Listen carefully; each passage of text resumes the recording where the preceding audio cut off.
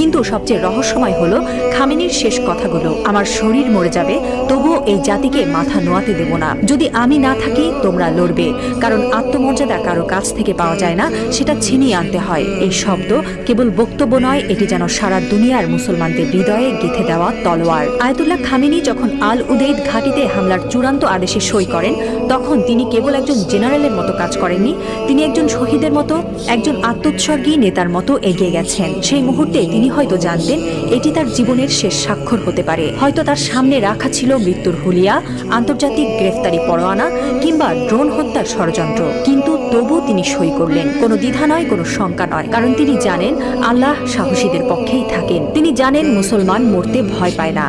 যারা আল্লাহর পক্ষে থাকেন তারা জানে মৃত্যু মানেই পরাজয় নয়, বরং আত্মত্যাগী বিজয়ের শুরু। এই একজন মানুষ এখন আর কেবল ইরানের নেতা নন, তিনি হয়ে উঠছেন সারা বিশ্বের মুসলিম উম্মার প্রতীক। একজন বিশ্বাসী, একজন অটল মুজাহিদ, একজন সাহসী পিতার মতো তিনি বলছেন, আমি থাকি বা না থাকি তোমরা লড়বে। হ্যাঁ মুসলিম উম্মাহ, তোমরা মাথা নিচু করো না। লা ইলাহা ইল্লাল্লাহ, আল্লাহ ছাড়া আর কোনো ইলাহ